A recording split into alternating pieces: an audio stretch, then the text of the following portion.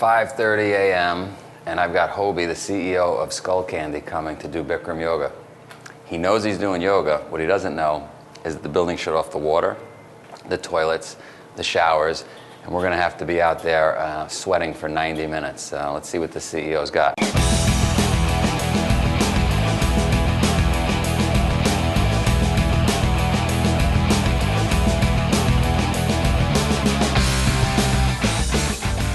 You guys ready? Woo. We are back for Spartan Up podcast in sunny Vermont, Pittsfield, Vermont, in the Amy Farm. To my right, I've got Dr. Johnny. In the middle there, to the right, I've got Colonel Nye, and I've got Plant Woman Sephra, and Melissa, a.k.a. Marion, on the camera. We almost have that name change official now. Hoby Darling, Darling. CEO of Skullcandy. Yep. Athlete. Meets me 5 a.m., doesn't know we're going to do a yoga class, and I throw him into a yoga class. You guys are going to love this. 5 big takeaway lessons I got, and the photo bomb of Spartan Up podcast history. Yep. Stay tuned. Watch this. You're gonna get a kick out of it. Awesome. Looking forward to it. Hoby and I, you ready? Hoby and I are getting ready. We're going to do Bikram yoga for 90 minutes. He used to be a WWE wrestler, it looks like. He's an animal. What do you do? What kind of working out do you do? Yeah, I love doing a little yoga, do a lot of CrossFit, do a lot of Spartan races. So, love to get outside. That's why you're looking good. It's a Spartan race. That's the Spartan races. That's exactly right. I follow your blog, every once in a while I'm looking for something new. Cool. And we're going to have fun. It's 4:15 Park City time, so it's bright and early. We're going to go get it done. In the morning. And do you normally hold your meetings this early in the morning in a Bikram studio? Or yeah, you kind of go, hey, you can go have lunch and, do that, or you can go out and do something where you really get to meet the person and see what they're made of. And you find out. I like seeing what they're made of more than just sitting and having lunch. Do they show up? Do they stick it out till the end, right? Exactly. So the podcast is about finding out what it takes to be successful in life. What, give us some tips. Like you're CEO of Skullcandy now. What were you? Yeah, CEO of Skullcandy. Before that, I was the GM for Nike Digital Sports. So everything when you think about Nike's innovation around digital, from apps to hardware to shoes to everything, I'm just going, hey, how do we make athletes better? So did that for a while, and then before Nike was on the leadership team at Bikram, action sports company, and did that. So I've always kind of been in sports and outdoor. So needless to say, you're around amazing athletes. Mm-hmm. You're running a business. You've got employees. What are the secrets to success? Are you finding 2 or 3 core things, attributes that occur over and over amongst successful people and athletes? What are they? Yeah, great question. And I almost think more of our athletes on this than anything else. And I watched, to your point, hey, when you've got to see some of the best athletes in the world, whether from Nike or Skullcandy, what do they do? And I think number one, I've just never seen people that had such a clear mission of what they wanted. You go talk to whether it's the Kobe Bryants of the world to the best surfer in the world, and they all just go, I know exactly what I want to do. So I think there's a big part on that clear mission of, hey, do I want to be the best at this, number one. And then I think it's number two, they have great community all around them. You take the best athletes in the world, they're never just solo participants, and I think I found the same thing, and I'm sure you have too, of how do you get that support system around you too. Be up at 6:15, ready to go do yoga. There's nobody here. Right, no one here. It's you and me just sitting here. So I think that's a big piece to it. And then I think the third piece is, you see some people execute, and to your point, I think show up, and you see some people that don't. So it's what's that mission? Do you have a community around you to get it done? And then do you go execute on what you said you would do? And I think do you deliver? Do you deliver? And the community thing. Somebody said to me, you're an average of your 5 best friends. It's funny. My wife just told me that the other day. Really? Yeah. And it makes sense, right? Yeah. So you got to pick your friends wisely. I totally agree. And I think it's the point. Again, if you said, hey, you got into New York late last night, would you go 6:30 yoga, or would you do 7:30? Hey, you might go 7:30, but when you got a friend like Joe to Sena, you go 6:30. Here we go. What challenges are you seeing in the current business? Like, what's it like running a global tech company? Yeah, right now it's a lot of fun. For us, the great thing about being in tech, and it's part of what I liked about being in Nike in tech as well, is the tools that you have to play with are just getting better every day, right? There's so much innovation going around everywhere. And so, with that Skullcandy or was at Nike, a big part of us as a company today is all around how do we help people perform more, help them perform better, what does high performance look like? Really when you think about what is the potential of each of us as people, that's where we're going to take music, it's where we're going to combine that with tech, with neuroscience, physiology, and do some really cool stuff. It's funny, this morning I almost missed a meeting with you because of tech. You'll hate me, but I needed earphones yesterday for my phone, and my trusted camera person here bought me $6 earphones. I plugged them into my phone last night, set my alarm for 5 a.m., went to bed late, didn't hear the alarm. They were going through the $6 earphones, so. So we're gonna fix this twice for you, Joe. We're gonna get you hooked up with new headphones this morning. I know. And always remember to pull those out. Technology could save your day or ruin your day. Yeah, it's so true. I mean, I think one of the interesting things, and we look at it a lot at Skullcandy now is, and I think it's the same with Spartan races, even when you were thinking about that there's so much this primal about us as people, how our brains develop, how our bodies develop, and then there's the new tech piece. And I think, kind of the new world is how do you combine those? Right. It's not just going, hey, we live totally in a tech world, or hey, I'm gonna live under a rock. It's how do I take, hey, this is really what I am, plus, gosh, look at all these new things that are going on in tech. And I think that's where life gets really exciting. Like really advanced cavemen. Really advanced cavemen, exactly. It's got to be our tagline. Really advanced cavemen, let's do it.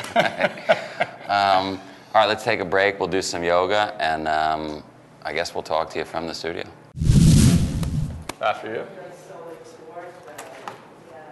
Thank you. Yeah. So you got the guys at Skullcandy actually working out every day? We do. We try to get them going. We have... How many employees? It's about 200 in Park City, about a little over 300 globally. Wow. And those 300 waking up early, or a percentage of them? Or? I think one of the funny things, right, again, is as a leader, you get to set the tone, and I think everyone in the company you're knows nuts. Our CEO is a little bit crazy and is at 5:15 CrossFit, and so I'm kind of the early guy, but it's amazing. I think over time, if I look at our exec team as an example, and we kind of all sit in an open floor plan, it's now 7:15. Every single person in the office ready to go. So I think awesome. that tone is really interesting.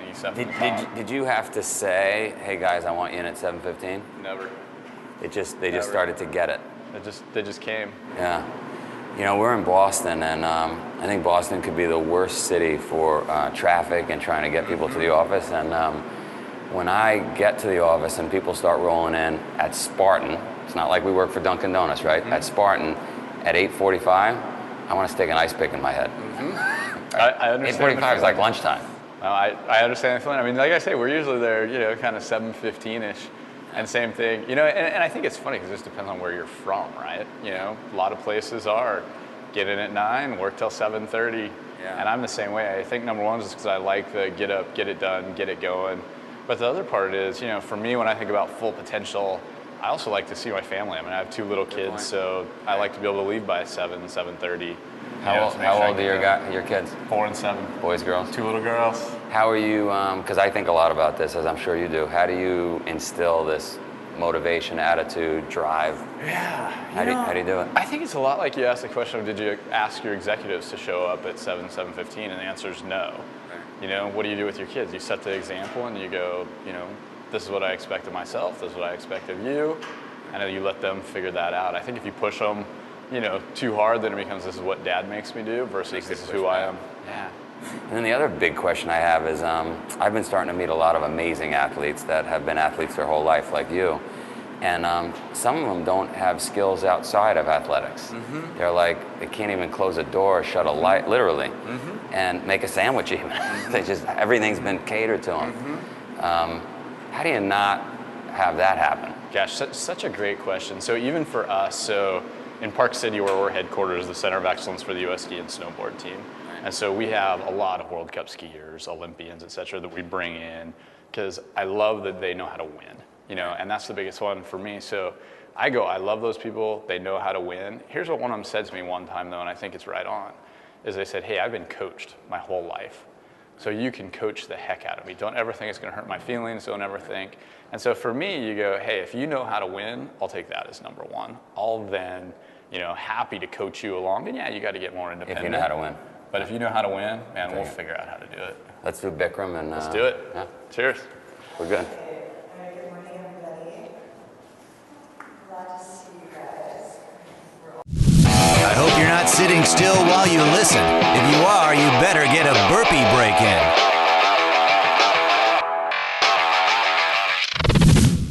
Here at Spartan Up Podcast, for those of you listening, we just got done with a Bikram yoga class. Hoby and I from Skullcandy, CEO of Skullcandy. We are soaking wet. There's no water in the building. There's no bathrooms. There's no showers because it's so cold in New York City right now. But we don't care. We're ready. We're ready. We get out over our skis in life, right? Certainly if you're running a company. Absolutely. You're not afraid of challenges. What could you recommend to people?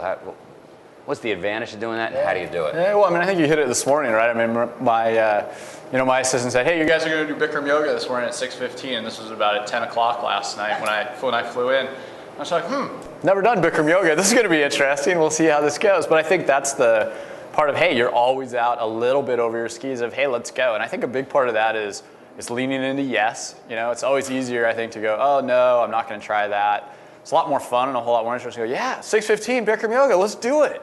Instead of go for a run. So I think about that a lot, but it was interesting you bring that up just out over your skis.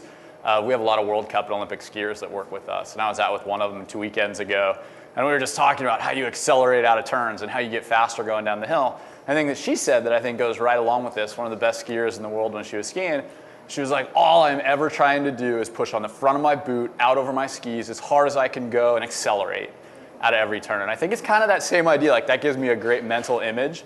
It's just like every time, you know what? You come up to that turn, you go out in front of your skis, you press in front of your boot, and you accelerate out of it every time. So last night at 10 p.m., you were heading into a turn, right? You landed here. I hit you with this crazy idea, and you're like, screw it, we're going to accelerate out of this turn. Said, let's go. That's only 4 a.m. in Park City. Let's do it. Yeah.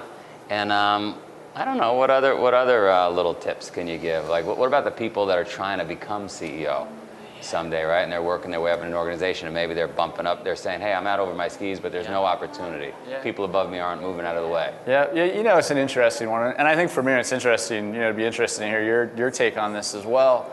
For me, I don't think I ever sat down necessarily and said, at the end of the day, I want to be the CEO of this. What I said is every day, I'm going to do my very best. Every day, I'm going to kick ass. Every day, I'm going to make my team better. And then I think those things get better. So for me, it's not the goal that necessarily goes, hey, what's that 15-year out part is I'm going to be the best every day. How do I make my team better? And to me, that's how it all comes together. I think you take a lot of people that just have sometimes that single focus, and it's get out of my way, get out of my way, get out of my way. Here I go. And for me, it's always been, hey, if everyone around me is great and I put great people around me and on our team, not just my team, then great things happen. And you do a great job. Yeah, and I think it's what we talked about. I mean, if you know where you want to go, but again, I think it's that team mentality first. You know where you want to go, you know where you want to get, but let's do it as a team, let's do it great. How hard is it to be a little better? Like, one of these things that drives me nuts is if you look at the forest, right? I say this all the time, the tree that gets the sunlight just goes up like 1 extra inch. Yeah. You know what I mean? Like 1 extra step is that old cliche. Is that, do you find that? It's not that much work to be that much better than everybody else. Yeah, I don't think it's that much work, and I think the other thing, we do a lot of work, like we've talked around, just high performance individuals and what do they do, and a lot of work we've been doing with a guy named Dr. Andy Walsh, and one of the things that he always teaches, and it's really resonated with me, is that idea of, you just don't know what you're capable of until you try it and you do it. So there's that part that goes, yeah, I just have to get a little bit higher than everybody, but then I think there's that part in your mind that goes, you know what, I'm not nearly the person I can be. I probably have 10 times, 15 times what I could do today. And so I think there's also that part that's just going, hey, maybe even all I need to do to be successful is get here, but man, I know my potential is way up here. I love that you just said that. We were at Google, and they said as a company, they believe in this thing called 10X, right? How do they make things 10 times better? Wouldn't it be cool to apply that to ourselves? Yeah, well, and I think that's right. I think you look at, especially just from a physical perspective, but I think so much of physical is mental, and you look at that part that goes, hey, what are we capable of? And you think about, hey, what would it be to be 10 times able to do what I'm now? And I bring up another one that was sort of a published article that Andy did, who I was talking about, and he took elite athletes and said, okay, we're going to hold our breath as long as we can underwater. And if you took when they first did it, they were all in sort of 45 seconds, 50 seconds, maybe giving each other high fives. Oh, I almost made a minute. And then he went through and he described to them, hey, physiological, here's what's going on. You can actually, if you look at the world record for holding your breath, it's almost 20 minutes. So you're going to be fine. Now I'm going to tell you what's happening in your body. Now I'm going to give you a couple secrets. And by the end of one day of just that knowing it, understanding it, they were all, if I remember correctly, all above 3 minutes, some approaching 4 minutes.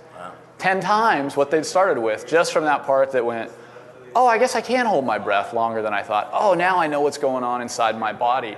And I think there's so many instances, So maybe of that out there. maybe we are our own stumbling blocks. I think we're our own governors a lot of the time. Right. It's hold our ourselves. mind. We hold ourselves back. I mean, because when somebody wins a record, a world record, then all of a sudden other people win the world. Right? Oh, that's possible. Yeah, it's the Roger Bannister effect, right? You look at everyone and says your heart will explode if you run a 4-minute mile, and then within 6 months, I think it's 13 people or something like that. That number's probably not quite right.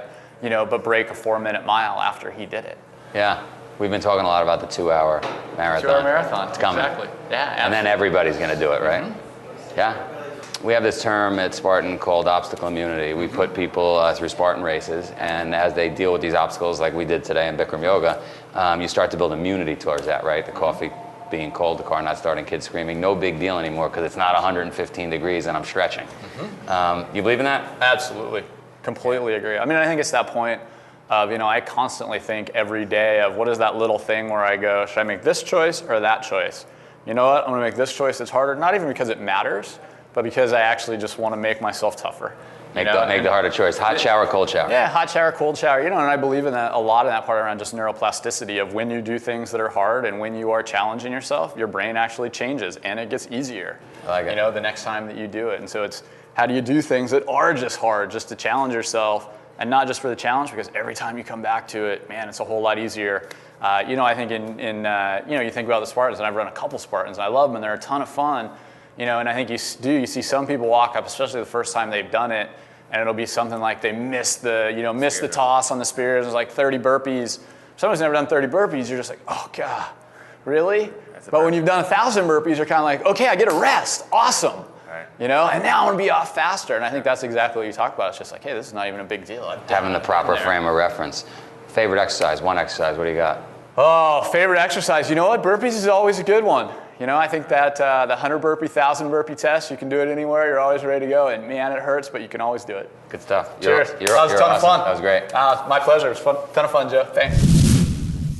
So before we go to the 5 lessons, and you're right, they were crystal clear what they were. What do you think of the photobomb? I love that photobomb. I love the nonchalance with which that gentleman walked into the yoga and went, checked you guys out, and then went, just going to do yoga right here in full view. Anyway, he knows who he is. On He's my leopard comfortable. skin mat. It was fantastic. I love that guy. Comfortable in your own skin. So for a future podcast, we have to find out who that guy is because he was great. We got to do it. Yeah. But I hope he had no idea we were going to be doing yoga. Yeah, I love that. The way that guy is just willing to dive in and do anything, right? Yeah. I loved his energy too. That's a guy who, when you ask him, and he just bursts out of his skin with every answer. I just that is some serious enthusiasm, that dude. He's got enthusiasm. And I don't think he had coffee because he didn't have time to have any coffee. We were racing to get the... Or he'd had a lot of coffee before you saw him. I don't know. There you go. It's fantastic. Really good energy. So, okay, let's talk about those lessons. Yeah. What do you think they were? Why don't I test you? Yeah, absolutely. Well, I'll tell you. The first one I had that I really liked, it was 2-part. Yeah. It was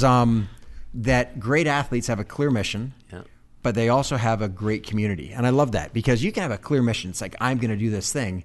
But if you don't have people to help you get there, if you don't have training partners, if you don't have support, you're not going to get there. So That's military, right? Clear mission, community, Well, yes. Yep.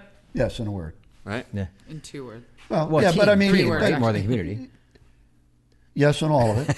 I mean, but we've seen it over and over and over again. I mean, no one is going to make it on their own, right? You have to have the support system, and you have to have a good support system, and you have to have people with the same set of values and goals around you, getting you somewhere. So it's in the military for sure, but it's professional athletes, it's people who CEOs, it's people who make it to the Alex top. Hanel It's makes it on farms. his own. Yeah, Farms, right? Clear mission. No, it's not farms. They can't do it on their own. No, If he- they're that's not- I'm the saying point. clear mission, farm, clear mission, and Once again. community for it to be successful. Okay. But you can come back later. We could talk about that. The second thing that I really took away that I loved is when he said, execute on what you said you'd do. And I thought that was really cool. It was when you say you're going to do something, you put a public stake out there and say, I'm going to do this, then you execute on it. And it wasn't do something and then say, oh, I didn't mean that thing. It was when you say you're going to do something, execute on that. And I thought that was really, really cool. Yeah, a lot of people I know over the years having employees, people will say, I did all that. Yeah, but that wasn't what I asked you to do. Yeah, yeah. Right? That's not what the company needed. Yeah. It's great you did it. Yeah. So I like that. but May I that's- ask but you? that- Oh, go sorry. ahead. No, actually, I insist. No, I was just gonna say that is a great parenting tip, right? Yeah. You can't ever say I'm gonna, you make a threat to a child, Yeah. and then if you don't take the car keys away or you don't ground them or you don't whatever. When you stop fulfilling your promise, Yeah. or the other way, I will give you something or I'll let you do something, Sure. and then you don't and say, well, yeah, but something happened or I can't anymore. Unacceptable. You're gonna have some problems. I mean, you have to stick to those guns. Well, and let's stick with the parenting theme for a second, because the next point that I got was, how do you instill drive? You model it. You set an example. So again, as a parent, Right. you can do as I say, not as I do, or you can say to the kids, look, I'm going to walk the walk. And he talks about that from a business standpoint, from an athletic standpoint, from whatever. It's I'm gonna make sure that I show up the way that I need other people to show up, and to drive them that way. And I know you try and do that with Spartan as well. No doubt about it. Yeah, absolutely. Are you ready now? Well, sure. I first would like to give a shout out to his shirt. It says "What's up," which is kind of hilarious, and I guess it's stand up paddleboarding, but it's also the acronym for our beloved podcast, Spartan Up Podcast. Sup, that's so it's right. workout of the day, Spartan Up Podcast. Well played to Mr. Skullcandy. And the other thing, and the only other comment that I can say is, it's an interesting point, Joe, because you say, when you're working on something, take that next step, clean the shed. But then also at some point you're on the clock and don't do that. So I think there's a fine line between knowing when you're being truly helpful or when you're not. And so that was just an interesting point that I picked up on. But love this guy's enthusiasm. Yeah. Beats It's out. like, it's like when you your were working on $6 the farm here and we needed to do the fields right out in front of the barn. Right. And at the end Like of the day, my they tent weren't there. done. And I said, what are you doing? You said you were foraging for mushrooms all day. And I said, well, that's good, but that's not what we needed. Exactly. And then that lesson learned, right? Right. So speaking of lessons learned, I said there were 5. Number 4. Yeah, we're on 4, right. Number 4 was that, why is it important to go and win at something? It's not so much because winning at that is the important thing. It's because the skills that you're going to gain and the knowledge you're going to have and the habits you're going to build are going to transfer to other parts How of to your be life. successful. Success breeds Yeah. success. Yep. So it doesn't really matter if it's wrestling or skiing or business or whatever else. Where you learn that, you then can apply that to other areas in your life, in your family, and in your business. And I thought that was really huge. Agree. And then the last one that really resonated with me, this is clearly a guy who's about community. He talked before about it's important to have a great community, but it's also important to get back to that great community. And he said the number one driving thing was, what can I do to make the people around me better? And obviously it lifts everything up. You succeed more as well, but it wasn't just about how can I succeed. What can I really do to make everyone around me better? A rising tide lifts all boats. Yep. There you go. Joe, I'll Let's tell end you, on that, you really Joe. have become so deep. Well, you interview 200 people, and then I hang out with you, a plethora of information. I've got the thesaurus. Say That thesaurus is 10 tough. times fast. That is tough. A plethora of thesauruses. Our rock, our therapist. We do? Yeah, well, Our- rock. our- I don't, yeah. No, rock in the like As, the that- foundation. as a dent. Well, that concludes this episode of Spartan Up Podcast. We've enjoyed your time with us. Go visit us on the internet at SpartanUpPodcast.com, where you will learn more about Sephra's thesaurus, Colonel Nye's Interactive Corner, and Dr. Johnny's Medicine of the Day. You'll also learn more about Hoby Darling and Skullcandy, Hoby Darling. because we'll have that link there too. Yep. Thank you for listening to another epic story of success. To find show notes, video, and audio from this wonderful episode, please visit SpartanUpPodcast.com/079. Or follow us on Twitter at SpartanUpPod. The Spartan Up Podcast is brought to you by Spartan. To find a race near you, visit Spartan.com.